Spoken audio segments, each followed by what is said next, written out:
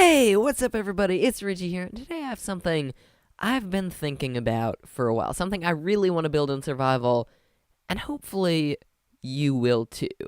What I've got here is a concept. It's very basic, it's very rudimentary, but it's the first step toward a fully functional, amazing Elytra racetrack. The idea is that at some point on my survival world, I'm going to build a structure, basically a set of hoops and cups and obstacles that will be an Elytra race course, and it will go, hopefully, from build limit all the way down to the ground. So today I've gathered a few tips. I've learned a little bit about making an Elytra race/obstacle course, and I'm going to talk to you about some things you would want to do if you wanted to build one of these, and how you would build it. Now, the whole idea of this course, as well as other courses I build in the future, is that Elytras can only move in so many ways. The first is a nice, comfortable, flat slope down to a steep slope, progressively getting steeper, and this is good for finishes, for gaining speed, and will eventually get you moving very, very fast. The next movement is just the opposite, moving from a very steep slope into a flat slope, which is good for finishes, and while it's not quite as fast as the other movement, it is actually far more exciting. You can have a part of your course where when you want to drop altitude, you just go straight down, and then you slowly pull yourself up. The last up and down movement I want to put into my course is the up and then down. Very useful for killing speed. You go up till you almost stall, and then you drop back down. This can go into any other number of drop-ins and be kind of cool and very useful. Also good for killing speed if you want to do that.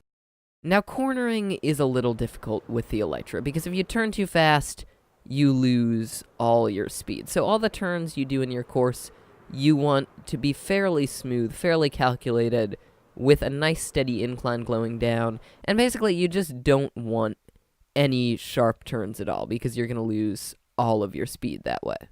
The only place I would put a sharp turn on the course is if you have one of the areas going up, because if you're going to almost stalling anyway, you can afford to change direction without losing any speed you wouldn't have lost before. And the next movement I want to mention, well, it technically isn't a movement, but I think it could be very fun and useful in any Elytra obstacle course you make. The things I've said before, you can imagine how to make courses for them. Either you move the rings or you leave the tops open, and you just make an area that bends with that pathway. But this is a little different. What you can do is have an open area filled randomly, very spaced out, with random blocks or cobwebs or lines of blocks, and the idea is to zigzag and navigate between all of them, which I think could be very, very fun, if a little difficult. So I would space those out quite a bit. And now that we're done talking about a little bit of the concept behind this, I want to talk about spacing.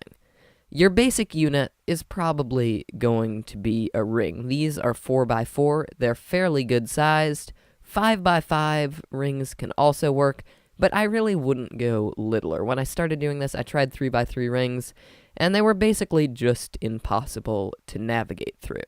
The next thing is distance between rings. As you can see, I have 8 blocks between these two, with the second ring going down 2 blocks, but you can really adjust the distance and especially the up and down length to determine your speed. This is a very slow course.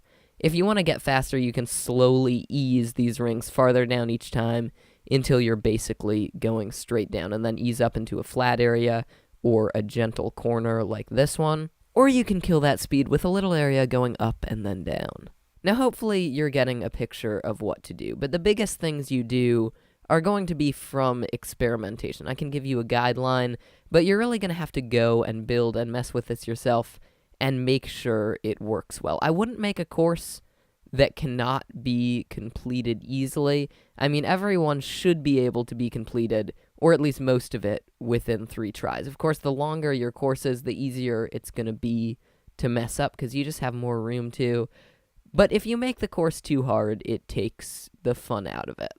I would rather be racing for time than racing just to complete the course. And talking about time, you might be thinking, you said racetrack. How are you going to race? Well, there are two things you could do. You could both race at the same time. I don't know how that would work. You'd probably bump into each other, but if you had a nice, easy course, I think it would be hilarious. You could even give each other bows, which would be terrifying. Space out those rings if you're doing that, but that could be fun. The other thing you could do is have a hopper clock timer. I won't get into how to build these, but you can probably look them up, or if you already know how to, you're good. But you would build some sort of a circuit that leaked items out, and when you step on this, it gets activated by a T flip-flop, or essentially turned on, and then when you step on a pressure plate down there, it gets turned off. So you'll have a number of items that represent how fast your time was, or how long your time was. I hope that made sense to any of you. If it didn't, I'm always there in the comments, and I think I've done some timers like that in the past. I don't exactly know when, though. If I find them out, I'll put a link to them in the description. But the last part I want to talk about before we go, and hopefully this was informative enough, it's more just of a concept, but I hope you like it. I hope you're getting what we're doing here. But the last thing I want to talk about is the finish. I didn't have that much room to do a finish right here, mostly because the block limit is right here. But what I would do for a finish is ease down into a very, very steep angle and then slowly flatten it out. But unfortunately, guys, that's just about all the time I have for today. I know this was a little bit of a weird video, a little bit different, but if you did like it, if you want to build something like this, hit that thumbs up button. And hey, I'd love to see what you guys come up with, what you think of this, and what you do with this idea. I mean, it is a very basic idea. It's just a row of hoops, but hopefully my tips provided some help for any of you who want to build an Elytra race course. Also, tell me if you want to see me build this in Richie's world. And one last tip, I would make an easy way to go up to the starting platform. Maybe like have water underneath all your hoops so you can land safely, and then have a minecart rail or a translocator or something that's going to get you up here very fast. Another thing you could do to change difficulty is have different levels of blocks. For example, from here, you can still complete the course, but you're not going to be moving nearly as fast, so you have more time, you can think it out a little bit more, and it's a little bit easier. But that's enough blather from me. I hope you like this video. I hope you have a nice day. This has been Richie, and I'm out. I'll see ya.